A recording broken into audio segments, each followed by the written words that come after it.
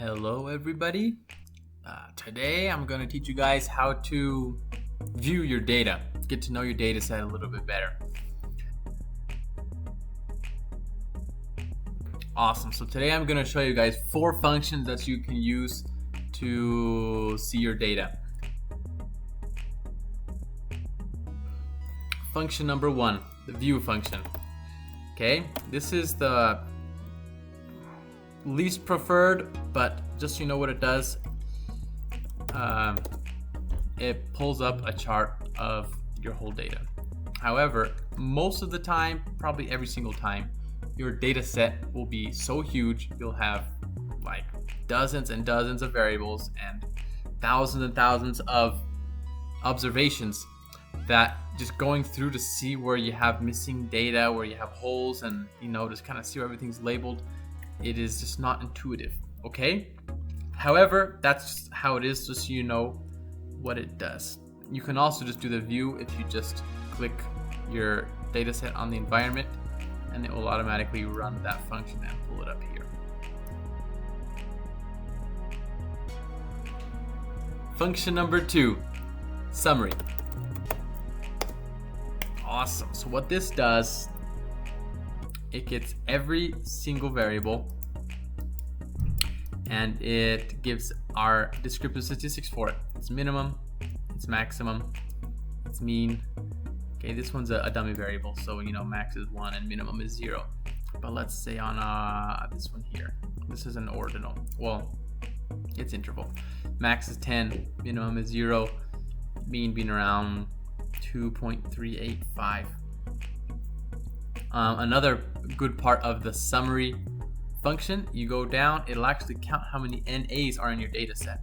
Okay, so let you know if your data set's not 100% clean. I know this, my object is called poly clean, but it's not a clean data set, just not yet. Summing it up, the summary function will let you see the descriptive statistics and also check for how many NAs you have.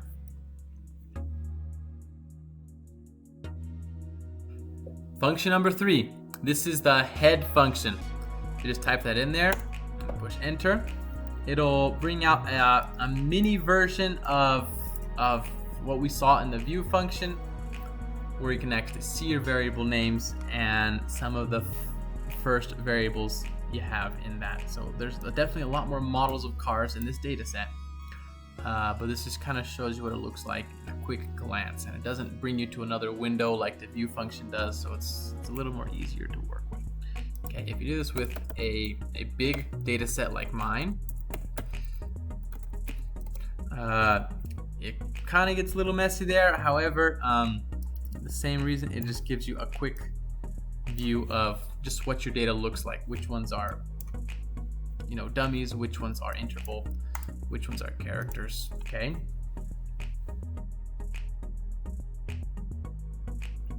and for our 4th function, it is the str function. I will be using the diamonds data set to show you what this looks like. Wonderful. So this looks similar to what we've seen with the head function.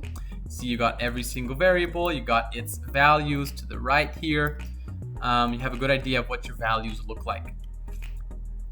And just as a shortcut, if you want to see the same thing, you can come up to this blue arrow in the environment and click it, and the same thing will appear for you.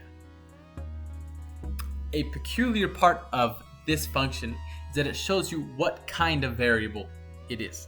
So right here, the caret variable, it's numeric. The cut is ordered factor, which means there's levels to it, and it actually says what level is higher than others. So fair is less than good, which is less than very good, and so forth.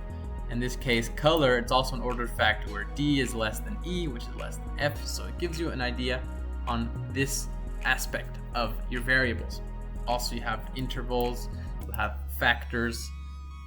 This function is super useful if you have errors you cannot explain. A lot of times you're using a function that does not work with numeric variables.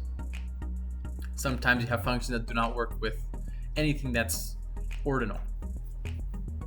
a lot of times you might have to change the format of your variable in order for functions to work, or in order for your visualization to look the way you want it to.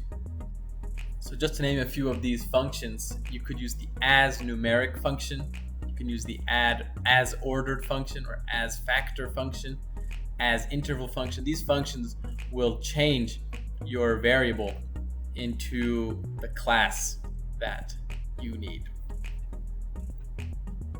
Awesome. Well, I hope this video was of help to you guys. And I hope you learn a little bit about how to explore your data. We'll see ya.